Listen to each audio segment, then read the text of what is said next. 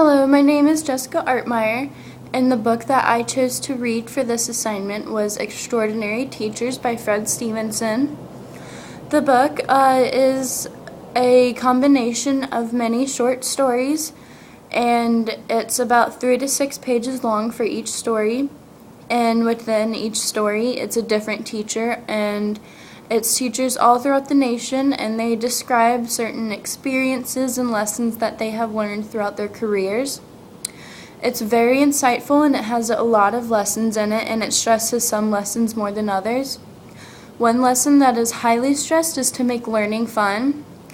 It's important to provide a variety of projects, methodologies, and atmospheres for students to learn in, because once learning is fun, the students begin to think more critically. They begin to be more engaged, and they grow this desire to know the answers. And once they know the answers, they look more forward to coming to class, and they'll be more prepared. And learning these new approaches within the classroom will help them approach things outside of the classroom that you can't learn in school, that you learn outside of school. And also, another point that is stressed a lot throughout the book is that assessment and feedback should be equally as important as the material that you teach. It's important to give positive and negative feedback because you should show the weaknesses and the strengths in a student's work. You shouldn't just say what is wrong and show no areas of improvement of where they need to be improvement or where they're really good at and where they need to work on next. And another point that is stressed throughout the book is that when you teach in a classroom, you should know the material. It's important to know the material so you're not reading from a set of note cards or from a book. That is strictly lecture, and it's not making learning fun. And also it shows that you don't know the material as well. And when it's necessary to know the material in your head so that you can use the eye contact in the classroom, because when you use eye contact within the classroom, you can see who is struggling, who slacks, who does the most work in group work and in classroom work, and who is really committed and engaged. And you can see where a student becomes engaged in certain topics and where their interests lie. And it's good to see which facial expressions you can see on a student, such as when they have a puzzled look and when they're not understanding the material.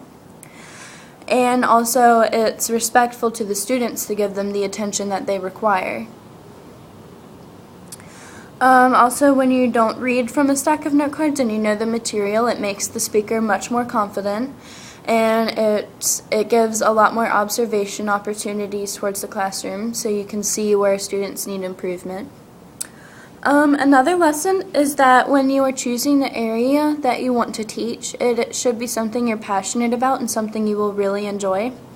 This is important so that you don't become burnt out on the subject about 5 to 10 years into your teaching career, and therefore, when you become burnt out on it, you start to lack the effort that teaching requires.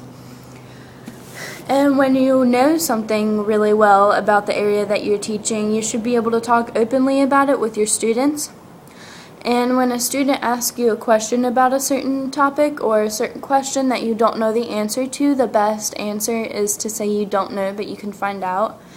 Making up an answer on the spot is usually something that students can identify right away when you're not being really confident in your answer and that you don't know a lot about it. And when you are guessing and you give false ideas about a question, it declines your credibility on that topic and also the credibility towards your students. It kind of loses the respecting aspect towards you as the teacher. And also, it's disrespectful to provide an answer to your students that you are not 100% sure about, because that is something that they could go by and it wouldn't be correct.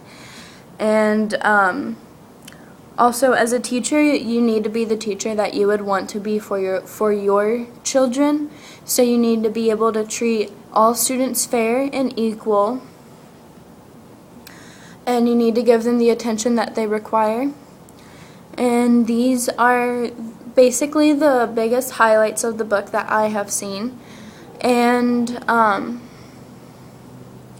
they're very important things that I have learned also without the book, and the book just stresses it more, and it gives a lot more personal examples and experiences of how those lessons are used.